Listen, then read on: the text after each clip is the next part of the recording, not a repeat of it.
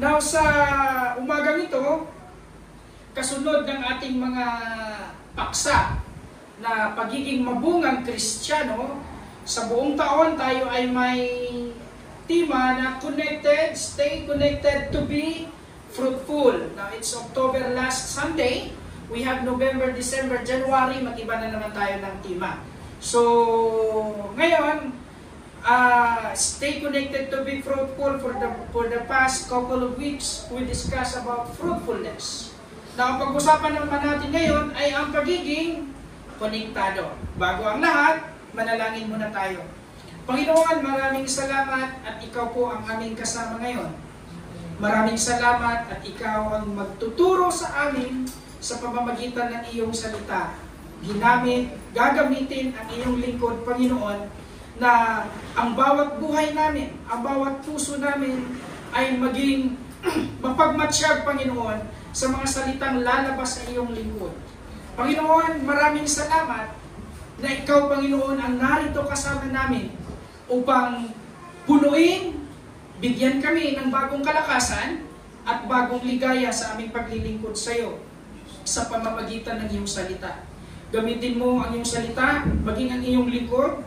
Naway ang iyong salita lamang ang lalabas sa mga labi, Panginoon. Tanggalin mo ang mga salita na hindi galing sa iyo at pahintulutan mo lamang ang mga salita, Lord God, na galing sa iyo, Lord. Sa umagang ito, pagpalain mo ang bawat isa. Pinagkatiwala namin sa iyo, Lord, ang aming gagawin, ang aming pagkikinig sa iyong salita sa umagang ito, sa pangalan mo lamang, Panginoong Hesus. Amen, amen, amen. Palampakan natin si Lord. Stay connected. Alright? Isa sa mga common na pag-usap na maisip natin kapag sinabi natin stay connected, yung tinatawag na Wi-Fi connection. Diba? Yung iba nang hahack ng Wi-Fi para maging connected lang. Okay. Sa bahay, I'm staying now in Alabang for 3.5 years. Sa 3 taon at kalahati, naubos na namin lahat ng server. Nag-converge na ako, nag-PLDT na ako, Sky Cable na ako, tapos ngayon I tried dito. No? Sinubukan ko ang dito ngayon. At napakalakas ng internet niya. Sa sobrang lakas, hindi na natutulog mga anak ko. Palagi na lang ano. Well, I'm not endorsing dito ha, pero convenient. Mas mura pa. Okay. Okay. Ayan. Now, isang napakahalagang malaman ng bawat isa, lalo na sa ating mga mananampalataya, ang kahalagahan ng pagiging konektado sa kapwa, sa pamilya, sa trabaho at maging sa school, sa paaralan, at higit lalo sa ating Panginoon. Dapat may connection ka. Ngayon, sa mga investigasyon ngayon sa ating gobyerno, pinipilit yung mga bagay-bagay na maikonekta sa isang tao. Halaga, ang importante talaga yung connection, no? Oo. So, may mga issue na pilit i-connecta, no? Sa mga politiko. Well, buhay nila yan. Now, ang ating sariling katawan, ang isa sa magandang halimbawa nito. Meron tayong 5 senses na connected sa isa't isa. Yes, of course, alam natin to. Ang paningin, ang sight, konektado yan sa buong katawan mo. Paano ko nasabi? Subukan mo daw maglakad na wala kang paningin. So, it has connection. Ang pandinig, of course, konektado yan. Ang ating pang-amoy, konektado yan. Kaya nga nung araw, pag wala ka ng pang-amoy, delikado ka.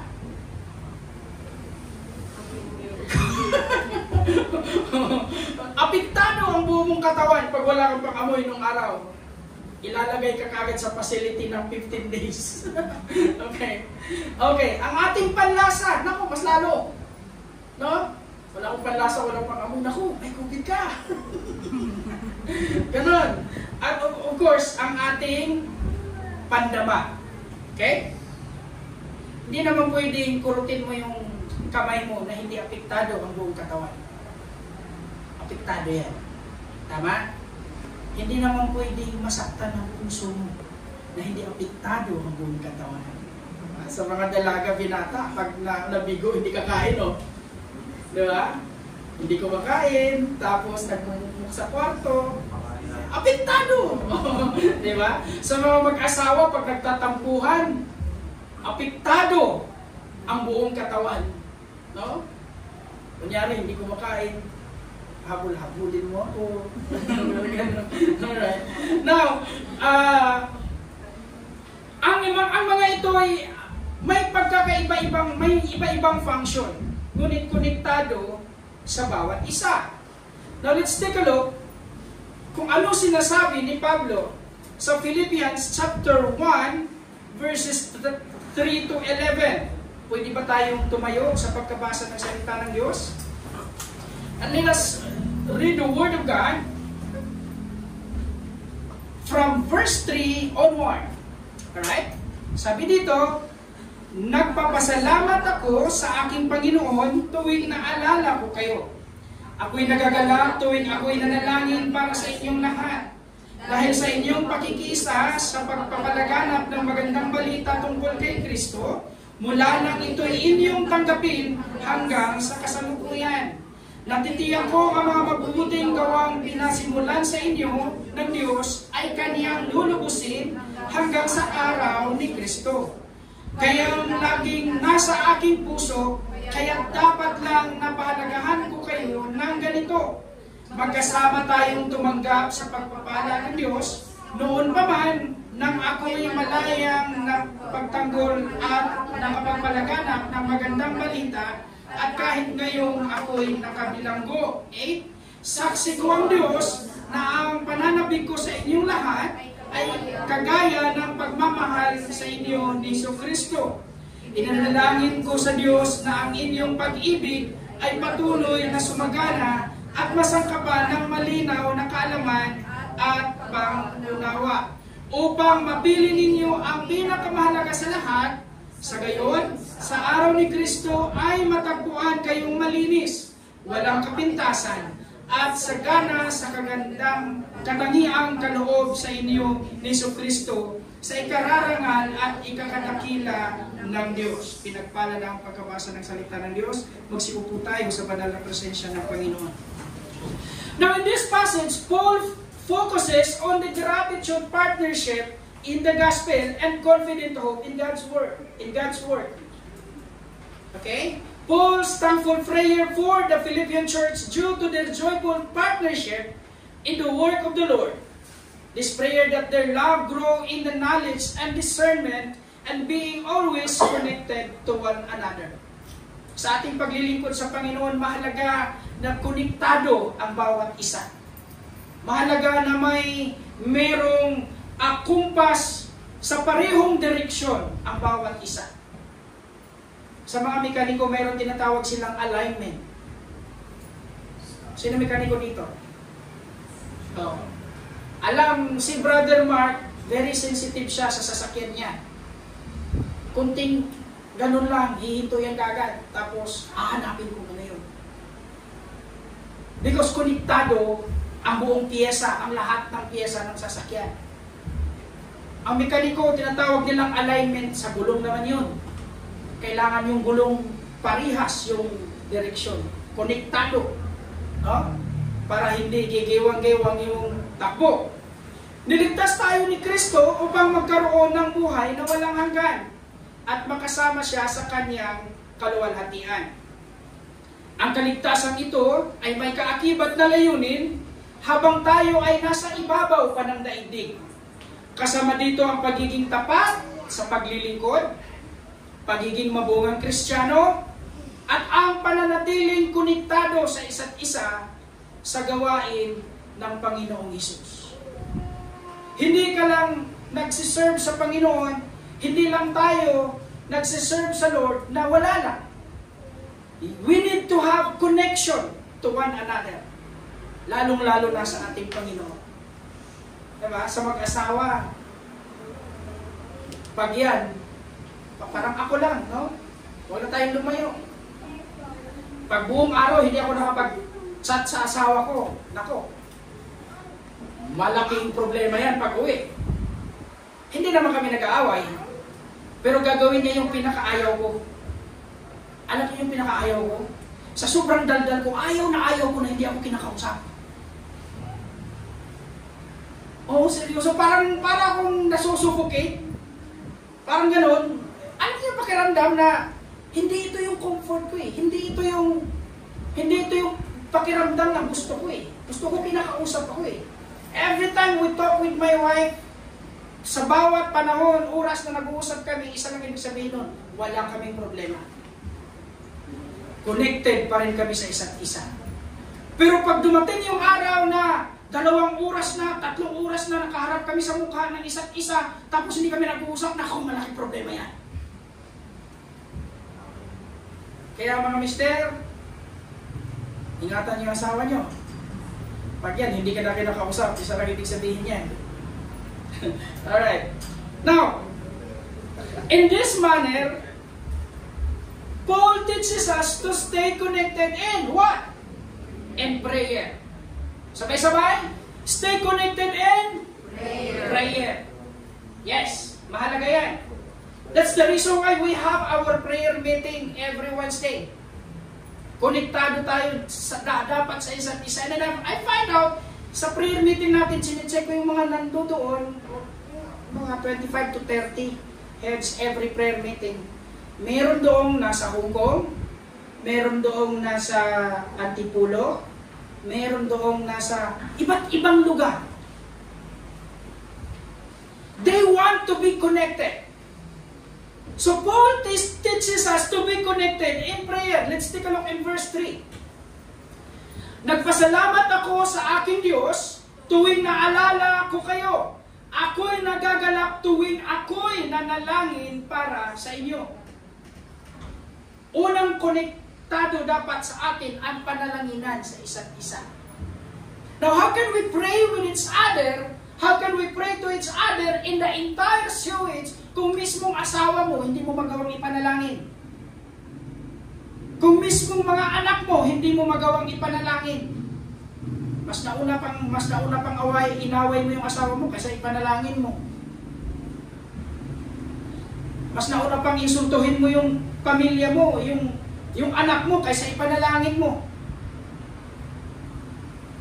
Mas nauna pang sumbatan mo yung kapamilya mo kaysa ipanalangin mo.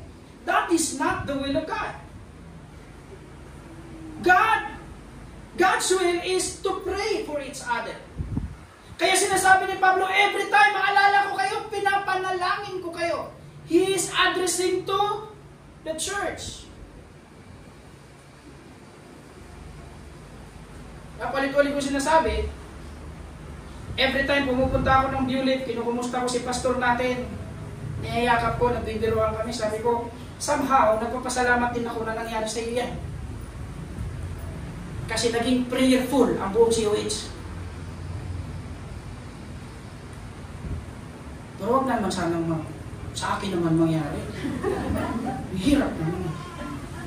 Diba? Maging prayerful kaya kayo kung sa akin mangyari. No? Well, tignan natin.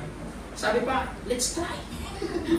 Okay, huwag naman sana. Now, ang pagiging konektado sa panalangin sa isa't isa ay nagbibigay sa atin ng malakas at matibay na pananampalataya.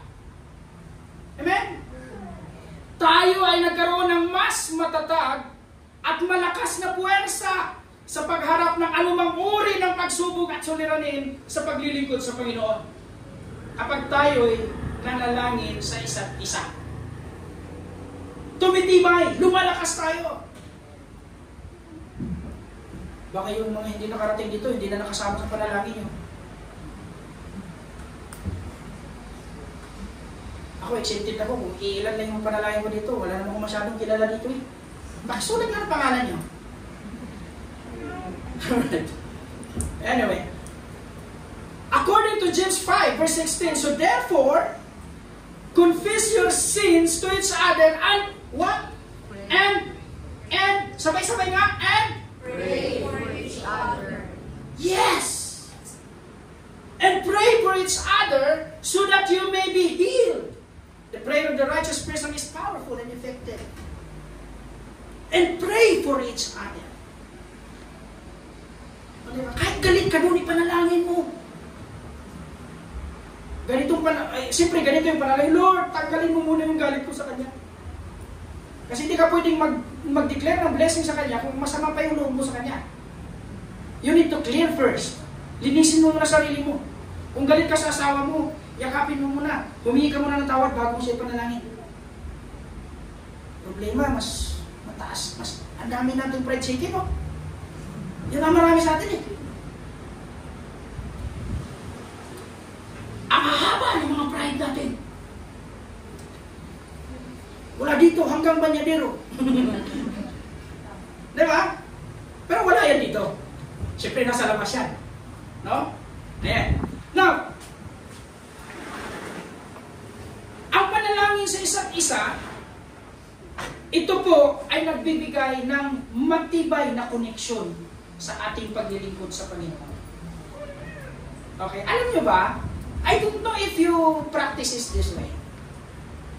Meron tayong spiritual connection sa isa't isa.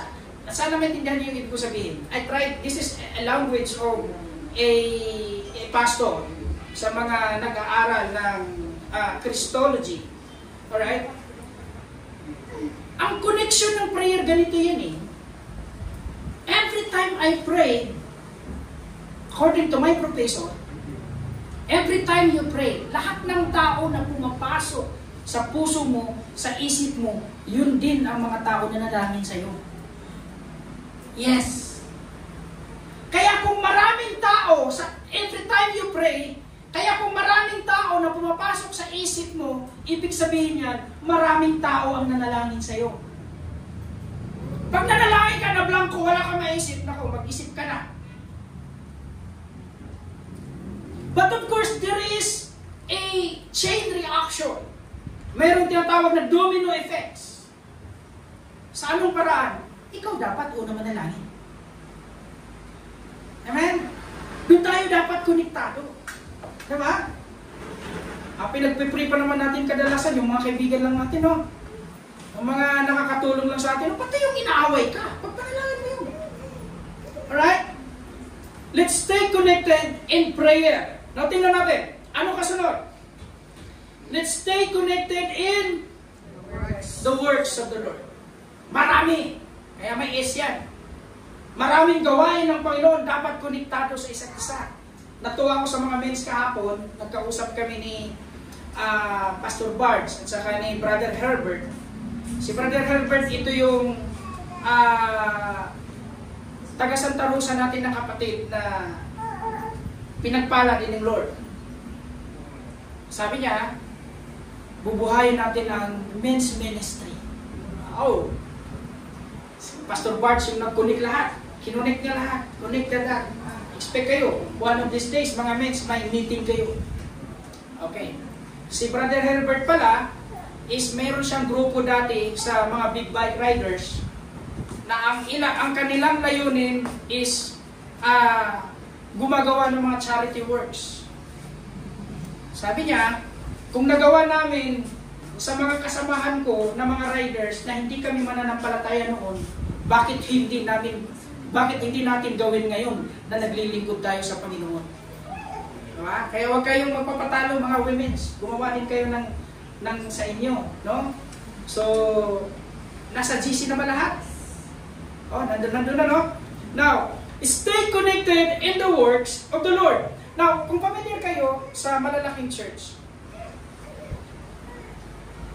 hindi ko na lang mamalanan, dalawang malalaking church na kasi pinagalingan ko, eh.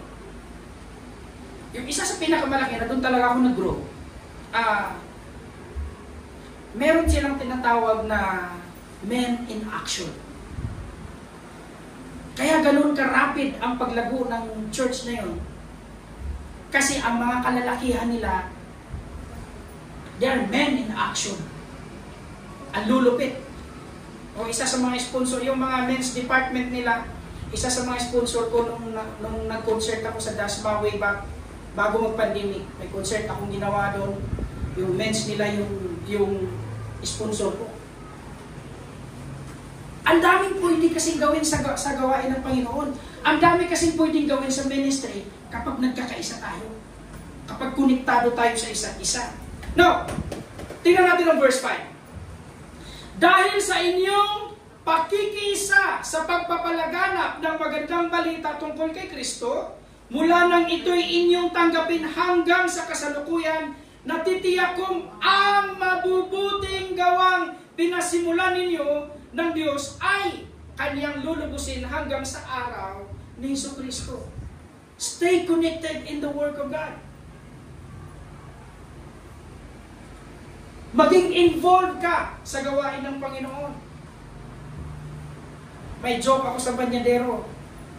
Sa katawan ni Kristo, dapat yan may function. Kamay, paa, ulo, lahat yan may function. Kung ikaw walang function, hindi ka parte ng katawan ni Kristo. Nakikidikit ka lang. So ang nakikidikit sa katawan, kadalasan nun, libag. So in other words, hindi ka libag. Ikaw ay parte ng katawan ng Diyos.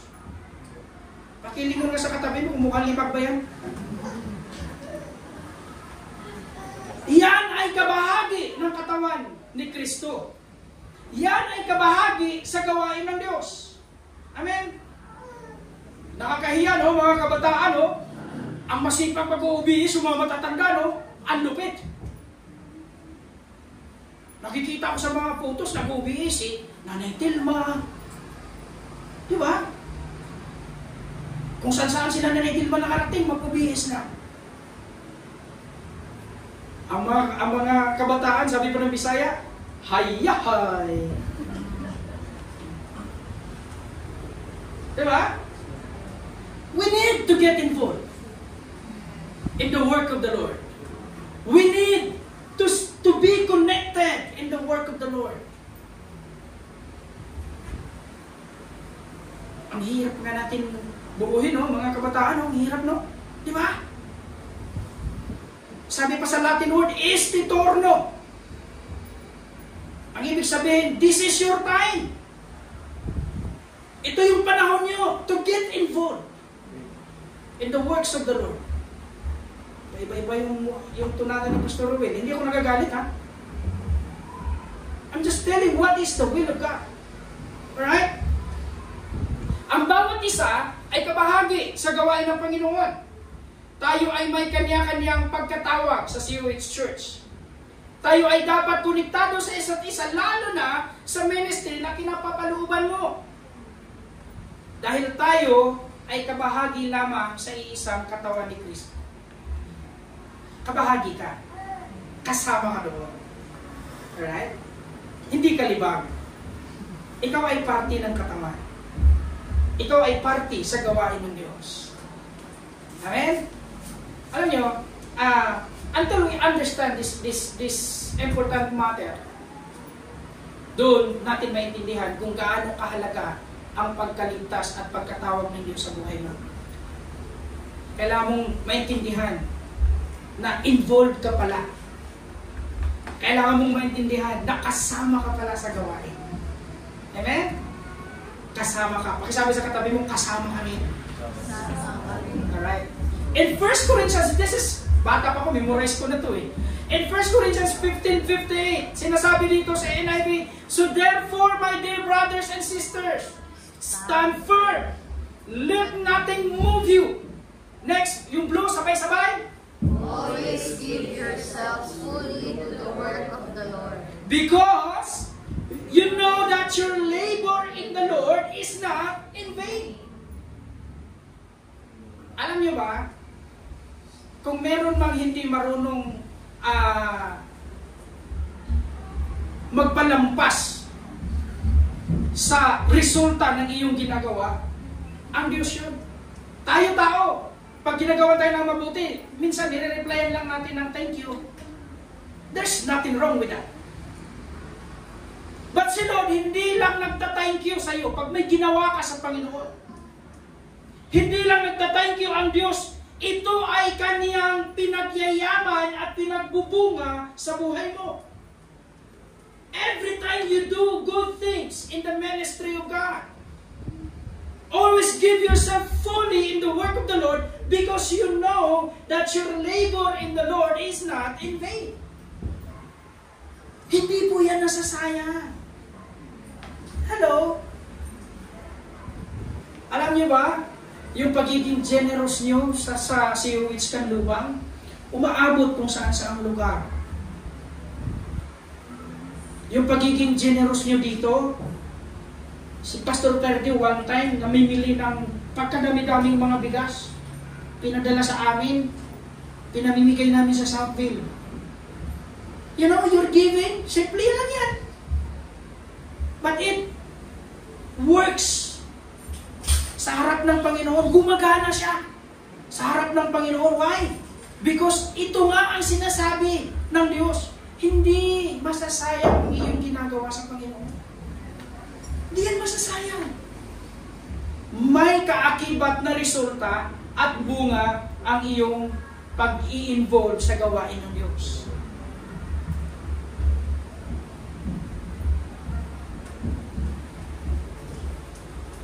Ba't pala yung nalagay dyan? Labor nga, di ba? Pero hindi ko sinasabing tumulong kayo maghukay doon sa Las Marinas. Pero okay na rin yun.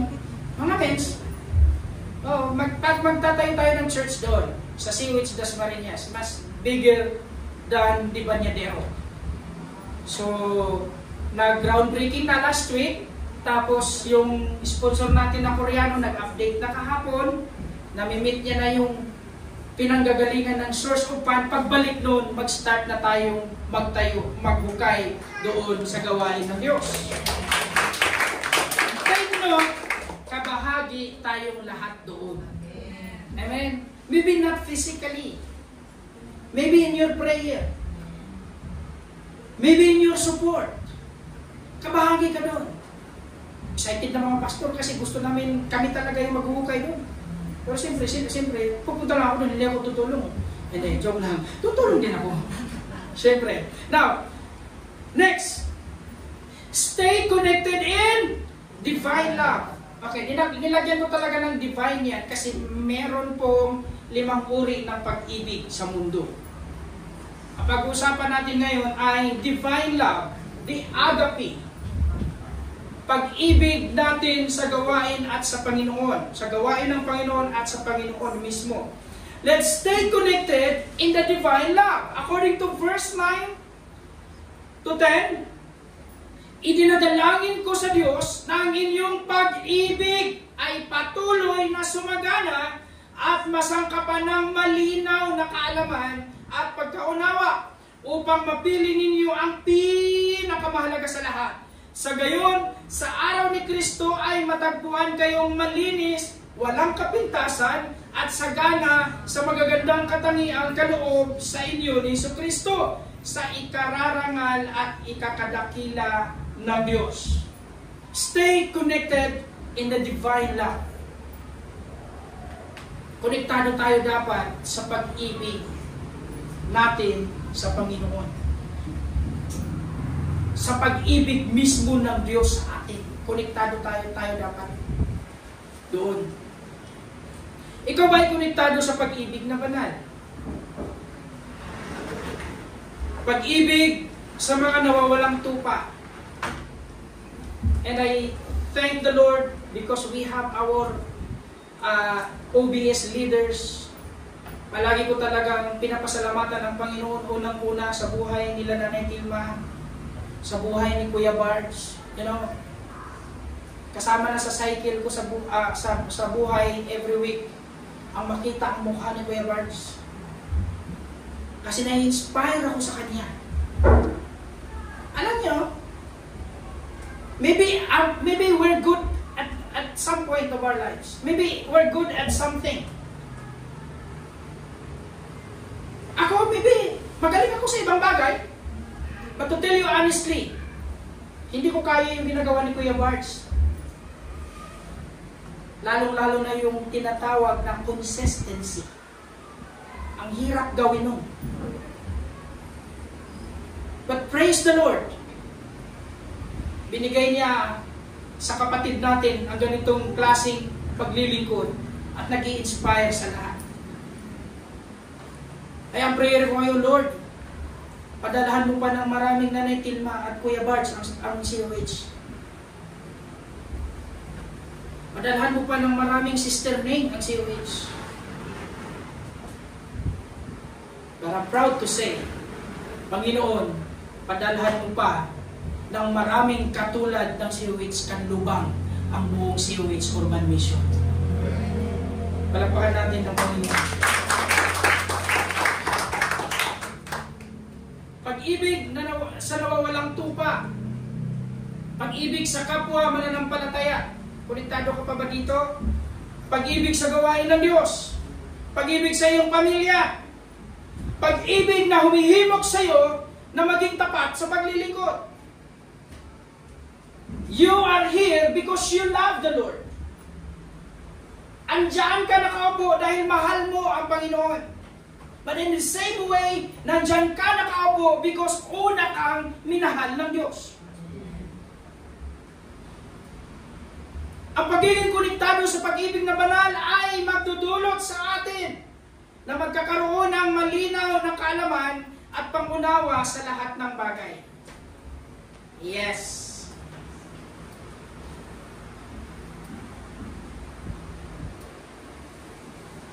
Kayo mga nanay, mga babae, di ba dumaan kayo ng pagiging dalaga? Naranasan nyo na ba na may nanligaw ng sabay dalawa tapos kailangan mo manimbang? Sinong tataas na kamay? Wag na. Baka mahuli tayo. Naranasan niyo ba bilang babae? Yes, I'm not kidding. Naranasan mo ba na mayroon kang kailangang timbangin sa mga bagay-bagay? Di ba? Diyan papasok ang pag-ibig na banal. Sa mga desisyon sa buhay. Bakit ko nasabi? Ito yon. Hindi naman ako maniniwala na hindi nito alam na verse na to. Alam niyo yan, hindi? Alam niyo yan, hindi? Alam lang lahat yan. Amen? Sabi dito, sabay-sabay natin basahin ng malakas. Let's go. So love the world, that He gave His one and only Son, that whoever believes in Him shall not perish, but have eternal life. That's very common verse. Katunayan niya, tinatawag yan na the heart of the Bible. Pero ito yun siya. Ano ang connection niya sa ating pinag-uusapan ngayon? Yan siya. This divine love is connected to the world. This divine love is really connected to the world. For God so loved the world. And this divine love is also connected to the Savior. That He gave His only begotten Son.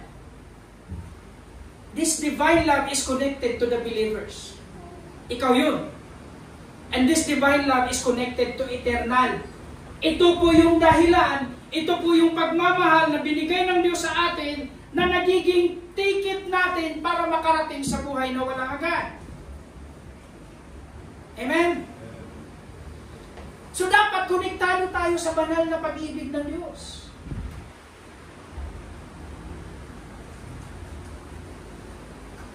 Malala ko yung mga lumang kanta ng araw. I love you, Lord, and I live my voice. Ano ba sabi ito? Kabisado ni nanay, no? To worship you, oh my soul. Diba? Hindi na alam ng mga kabataan niya. Ang alam ng mga kabataan ngayon, mga alam ng mga kabataan ngayon. Alright. Kaya, napakahalaga sa ating paglago sa pananampalataya na tayo ay palaging konektado sa banal na pag-ibig ng Diyos. Amen? Kung paanong inalagaan tayo ng Diyos at palagi siyang connected sa atin sa pamamagitan ng Kanyang salita. This is the way how God connect with us in His Word. Kung paanong inalagaan ka ng Diyos sa pamamagitan ng pagiging konektado niya sa atin.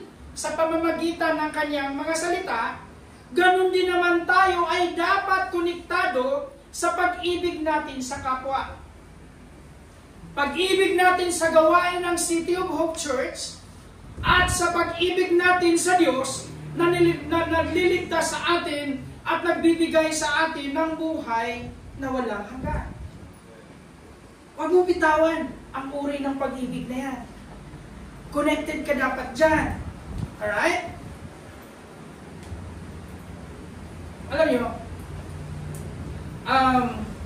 blessed lang tayo kasi nilagay tayo ni Lord sa paglilingkod na sentro sa Kanya. Sentro sa Kanyang agenda sa ating buhay. Ang dami kasing mga naglilingkod ngayon na hindi nila alam kung bakit sila naglingkod sa Panginoon. Tawag doon, Sunday Christian. May isa kong pastor na kausap last week. Niyaya niya ako na pumunta sa kanilang church. Sabi ko, kailan ba yan? Siyempre, pastor, Sunday. Saan ba yan? Lapit lang. Ilocos. Teka. Do you think iiwan ko yung COH sa Sunday na at saka Saturday? In my heart. Hindi ko sinabi sa kanya, pero sa puso ko sinabi ko, ganun lang ba kadali para sa iyo ang sabihin sa akin na umalis ka muna sa COH church, pumunta ka muna sa church ko? For what? To share the word of God? Ano yung obligasyon ko sa mga tupa ng Diyos sa COH? Not unless kung may basbas sa ating pastor. Pinapractice ko ngayon lahat ng ginagawa ko sa ministry. Dapat may basbas sa pastor ko. Pinagpaalam ko kay Pastor Terdy kung tama ba o kailangan ko bang gawin. Diba? Sa patuloy nating paglago, sa paglilingkod sa Panginoon, sikapin natin na tayo ay mananatiling connected sa isa't isa. Saan? Sa panalangin, sa gawain, at sa banal na pag-ibig ng Diyos. Amen? Huwag mong bitawan yan. Konektado ka. Sikapin mong kasama ka. Kasali ka sa gawain ng Diyos. Yun ang kalooban ng Panginoon sa buhay natin. Kaya mga kapatid, tingnan mo yung sarili mo. Involved ba ako?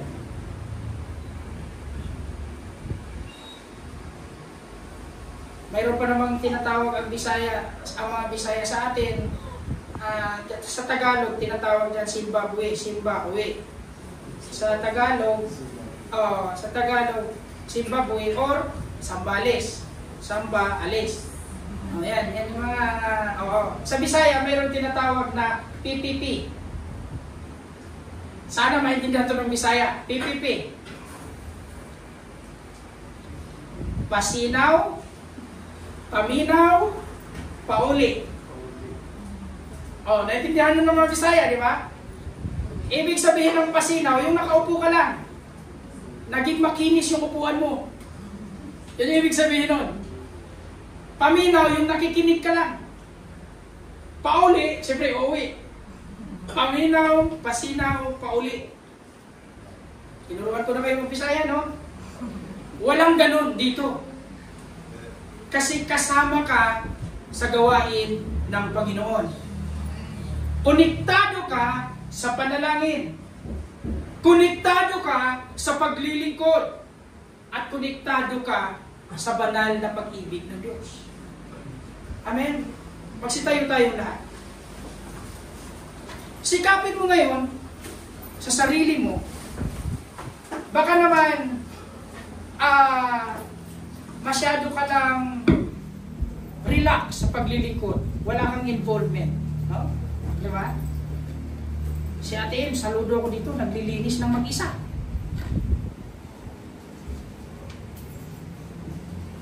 Gumagawa ng kahit, alam nyo, nung nasa Sunday school,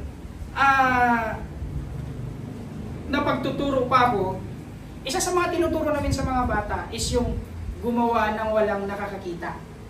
Isa yan sa mga tinuturo namin.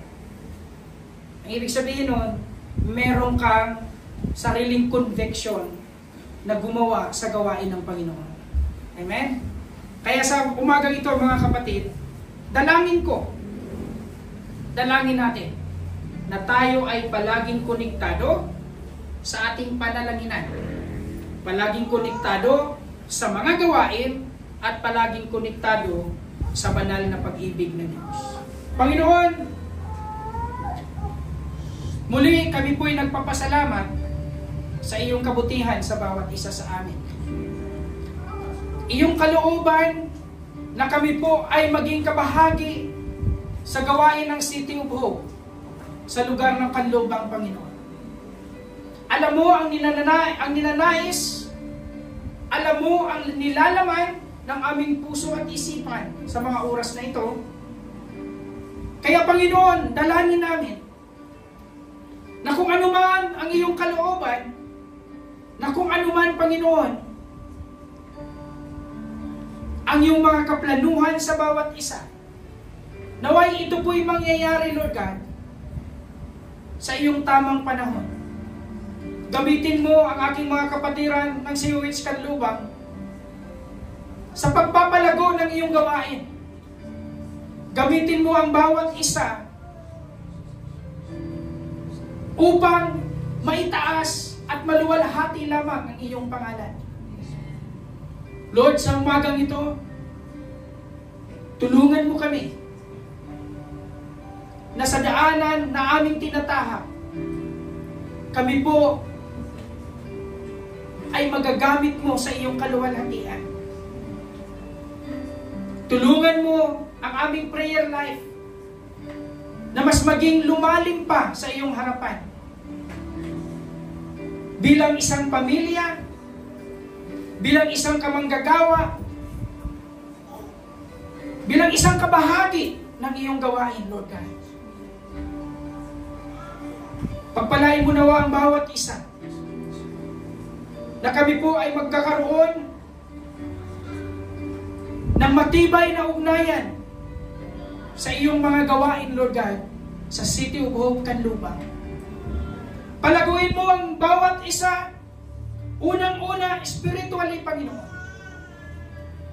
Maging ang kanilang physical at maging ang kanilang material na aspeto, Lord God. Pagpalain mo ang bawat isa. Nangako ka sa amin, Panginoon, ng iyong mga anak ay gagawin mong ulo at hindi buntot, Lord God. Kaya sa mga oras na ito, Lord God, dalangin ko ang iyong pagpapala, ang iyong mga pabor, at ang iyong patuloy, Panginoon, na biyaya sa bawat isa, Lord God. Increase the faith na meron kami, Panginoon, sa mga oras na ito. Iangat mo ang antas ng aming pananampalataya. Iangat mo ang antas ng aming paglilingkod. At iangat mo ang antas ng aming ugnayan sa iyo, Panginoon. Sa mga oras na ito, dalangin ko ang iyong proteksyon sa mga kapatiran na naghahanap buhay. Dalangin ko ang iyong biyaya sa mga kapatiran na nangangailangan ng material na bagay. Dalangin ko, Panginoon, ang reconciliation sa mga kapatiran na nangangailangan ng kapatawaran sa isa't isa. At dalangin ko, Panginoon, ang pagkakaisa ng bawat isa sa paglilingkod sa iyo. Salamat, Lord, sa iyong pag-iingat maging sa aming pastor. Kami po'y nagpupuri, kami po'y naging masaya dahil nakikita namin ang iyong kilos at galaw sa buhay ni Pastor Ferdy, Lord God. Nakikita namin ang iyong kapangyarihan na nagpapagaling sa aming pastor. Kaya pinupuri ka namin, sinasamba ka namin dahil sa iyong kabutihan sa buhay niya. Maging sa buhay ng bawat isa. Lord God, kami po'y pinagpala mo dahil kami po'y iyong tinawag. Sa mga oras na ito, dinadala namin ang aming sarili sa iyong harapan. Gamitin mo kami ayon sa iyong kalooban. Gamitin mo kami ayon sa iyong layunin. At gamitin mo kami, Panginoon, para sa iyong kaharian. Sa mga oras na ito, pagyamanin mo ang aming commitment sa iyo. Sa mga oras na ito, Panginoon, pagtibayin mo ang aming pagmamahal sa iyong gawain. Sa mga oras na ito, Panginoon, ilapit mo pa kami muli sa iyong banal na presensya. At ilapit mo kami muli, Panginoon, sa iyong kalooban. Pinupuri ka, sinasamba ka namin sa iyong kadakilaan at sa iyong kabutihan. Maraming salamat, maging sa aming mga kapatiran na hindi namin nakasama ngayon. Kung ano man, Panginoon, ang kanilang kadahilanan, kung sila man ay nakaranas ng mga pagsubok, kung sila man ay nakaranas ng kahirapan, Lord, hold them closely.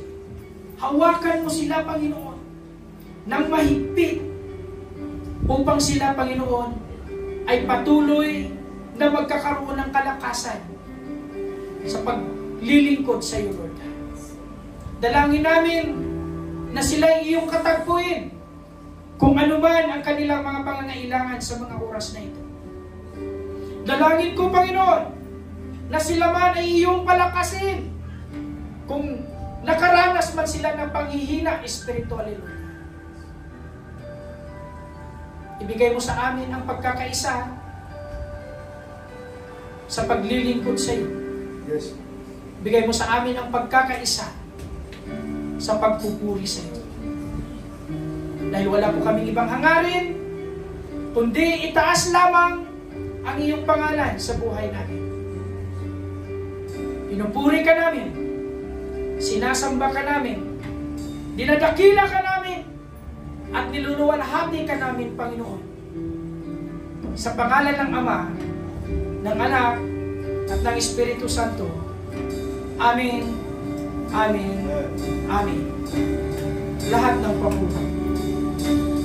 Lahat ng papuri, pagluwalhati, alay sa iyo, O Diyos. Ang aming puso, ang aming buhay, alay sa pagsamba. Lahat ng papuri, pagluwalhati, alay sa iyo, O Diyos. Ang aming puso, ang aming buhay, alay sa pagsamba. Alay sa pagsamba. Alay sa pagsamba. Purihin natin ang Panginoon, palakpakan natin ang Diyos. Amen, amen, amen. Magsiyo po tayo sa banal na presensya ng Panginoon.